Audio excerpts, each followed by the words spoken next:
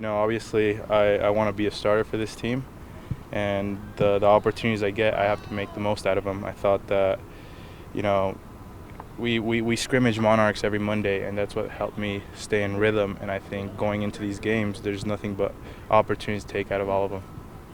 This is a team in Toronto that scores a lot of goals, but they also give up a lot of goals. You think this could be a potential shootout type game? Yeah, I just think that defensively we're in a really good block. We have great guys in the back, but obviously in the attack we have special players, and we showed that against Colorado. Just obviously defensively we gave a little things that we shouldn't have gone that way, but you know what? Like we look at the tape and we take the best out of the tape and move forward. What's the difference in getting the type of minutes that you've gotten on the bench versus coming in starting? Like, is there a difference in mentality? Are you looking for different things out of the game? Yeah, it's a huge difference. Obviously, when you're a bench player and then you're getting called to go in the last 30, 20 minutes, you try to get into the rhythm of the game. I don't think people realize how difficult it is to get into the rhythm of the game. People realize, oh, he's a fresh player going into the game. But in reality, the game's at a fast speed, and I just try to do whatever it takes when I'm warming up going into that game to get to that speed. That way I can I don't end up being so slow and so sloppy on the ball. But other than that, getting the start, obviously you're a player that gets the rhythm since the beginning, and that's what changes everything really. We saw you switching the sides of the field. What's your comfort level with both Donnie and Aaron? They're both great players. I think it doesn't matter what side it is. They're both players that are capable of giving me the ball and, obviously isolating me one-on-one. But, you guys saw Corey switch both sides as well, and he was successful just as much as I was on the right side. So, it's whoever plays there, whether it's Brooks, Aaron, Toya, whoever, I think we have special players that are capable of playing any position.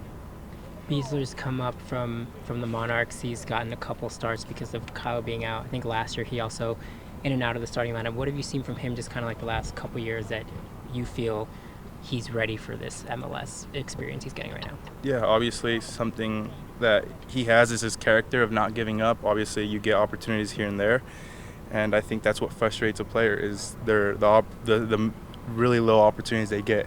Some players give up and start thinking, I need to get out of here or get out of anywhere.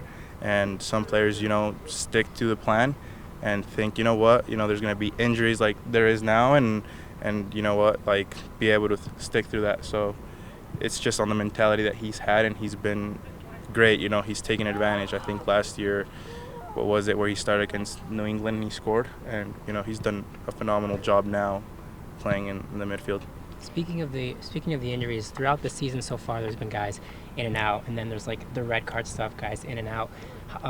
You guys are 7th in the playoff thing right now, about a third of the way through the season. How much have you guys kind of figured that you just have to weather this little storm, the injuries and the kind of weird stuff that's happened, just to kind of stay in the playoff hunt until you guys get healthy and you kind of figure out some of the kinks that you've been trying to figure out? Yeah, obviously the most important thing is players being tuned in, whatever player's hurt and that next guy's going to come in. If you're tuned in and you're asked to do the right things, then you have to take advantage of those opportunities. I think that's where it comes, where if you do a good job, you're going to make Mike think, does he get that opportunity once again, or stuff like that. So I think that's what plays a huge role. I think Mike has done a good job where he explains the same things to everyone, not just the starting players. So that's what keeps everyone motivated to stay hungry for that opportunity. Sometimes young players just try to fit in the game, not make mistakes, and it seems like this year you're a little more demonstrative. Are you pushing yourself to make sure you don't just disappear into the flow of the game? Yeah, I think I've always had it in me. It's just a type of doing it in the game. And you're right, you said it. I think as a young player, you're scared to make mistakes. But you know what? I think I've taken a step where, I trying to lose it doing something that I'm capable of doing next, and I feel like I haven't even given what I can give yet. I just feel like I could give a lot more than what I give, but that comes with time and time for me to be able to take advantage every time I get the game. You really like the opportunity to go one-on-one against someone inside the 18. We've seen you draw some penalties. Yeah. Colorado, last year in Houston. Yeah, obviously wherever I could draw a PK, I would draw it. Just obviously, not a lot of refs will call it, but at the end of the day, I love to draw contact. A lot of people I've read, I've heard a lot. My dad tells me, why are you always on the ground? I don't try to be on the ground. They foul me. Like I end up drawing contact, and most of the time I get fouled, they call it. And if I don't, then at least I try to get back up. But at the end of the day, the PK that I drew for the team, I told Albert, grab the ball. It's a PK. Like, go and grab it, because he was already going to go take the corner kick. I told him, grab the ball. It's a PK. Yeah. So you also fought through one foul. I thought there was a chance you could have gone down. What did in the moment? How do you decide? I think there was 3 PKs easily. One where I should have shot it with my left earlier. He came through behind and took me out, and 2 against that 16-year-old that fouled me twice in the box. And one of them I decided to stay on my feet. That we almost scored, but I thought easily 3 PKs we could have gone. But at the end of the day, what counts is the 3 points we got, and that's huge for us. I'm pretty happy with the way VAR worked in this one, though. For Yeah, you guys, right? obviously for us, at least for us, RSL, Yeah. all VAR calls went for us. So that makes us happy. Is it the first time you remember that happening? Yeah, Jesus. What's the key to kind of translating all the work that you do in training during the week, and then kind of putting it on the field when you get that opportunity? Yeah, the thing is with the training and the game, you're at 2 different time.